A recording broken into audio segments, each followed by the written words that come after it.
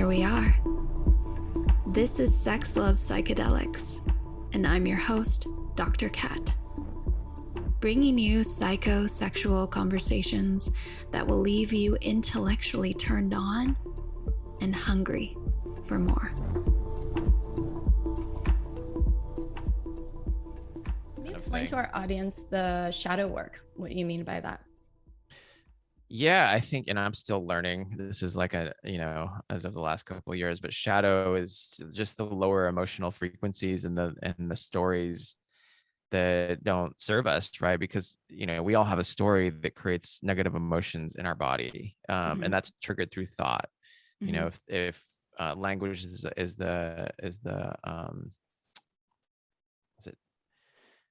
language is the thoughts of the language of the mind, and feelings of the language of the body.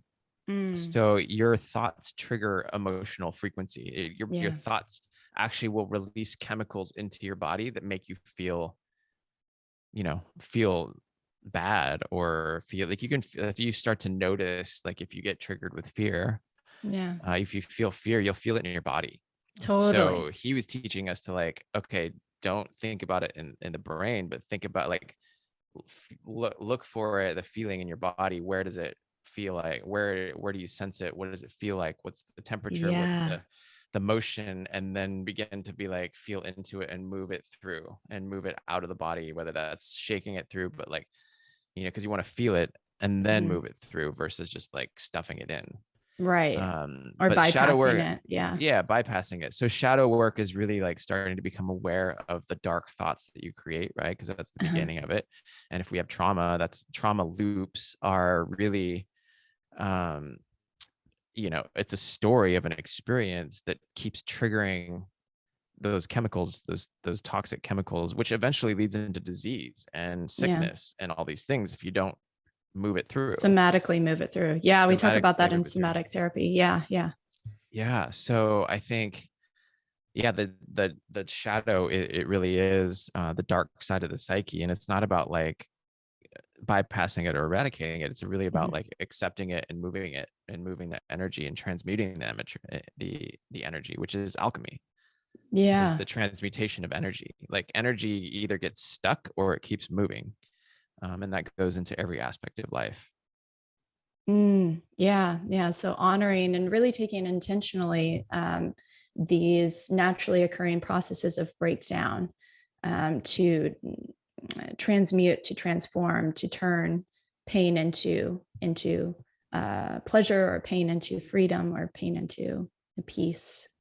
Yeah, exactly. I mean, if you're experiencing pain, ultimately, really, it is your choice to be experiencing that. That's all a thought narrative that's in your mind, right? You can choose to manipulate or shift those thoughts. It's not easy. I mean, this is something I've been working through for the last 8 years, since MITT was the first thing that got me aware of even how thoughts create our reality, and the thoughts that we choose. If we have 50 to 70,000 thoughts a day, and most of those are either repeating or negative thoughts, that's what you're creating in the day. But if you can start to be aware of the thoughts that you're having, start to shift those into, whether it's affirmational or whatever, into thoughts of creation, you're living in a greater space of possibility. Yeah, which I think really lends to the words that you choose to describe yourself then, right? If we were talking about identity, what are the words that you're choosing to communicate to the world of how you want them to interact with you? I can, just as you're describing right now, I can imagine our bodies have a visceral reaction to those words.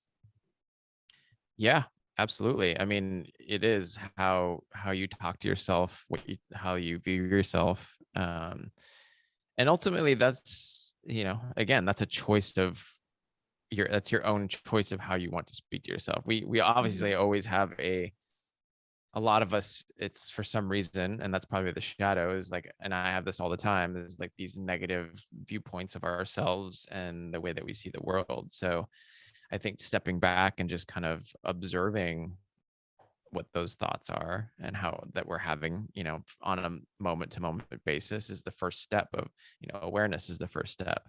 The more awareness we can create, the more, the bigger ability we have to kind of shift those into a different space. Yeah.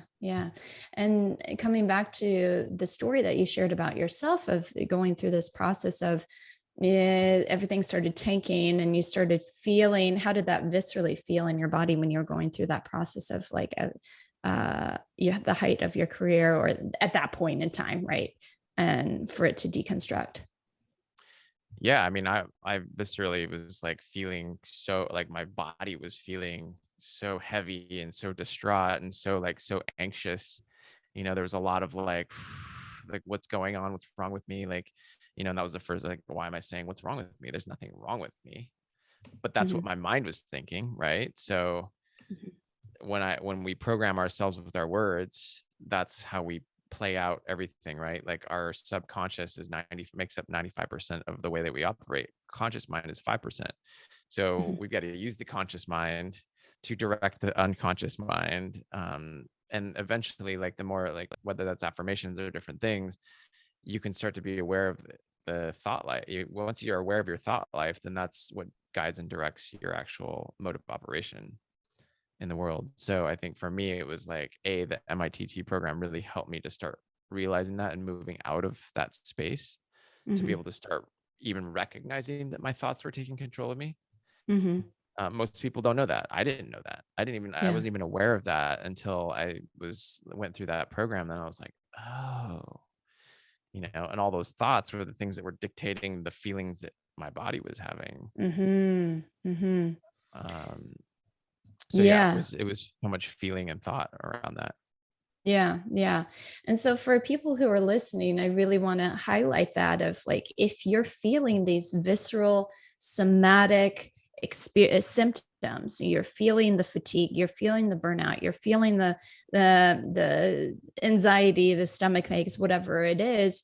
And I've been through this process myself too, of like pausing and getting into more of this self-reflective, self-questioning inquiry, this curiosity to see what's there, what's not in alignment, what's not aligned or attuned to what you want to be expressing or who you want the world to understand you to be. Well, that was fun. Thanks for tuning in, lovers. And if you want to experience more ecstasy and sexual liberation, head over to sexlovepsychedelics.com and learn about how you can join me for any one of my online or live events. And while you're there, grab my free guide on sex and psychedelics. Remember, this podcast is for entertainment and educational purposes only.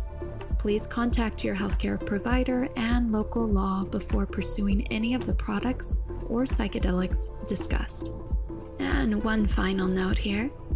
I make this show specifically for you.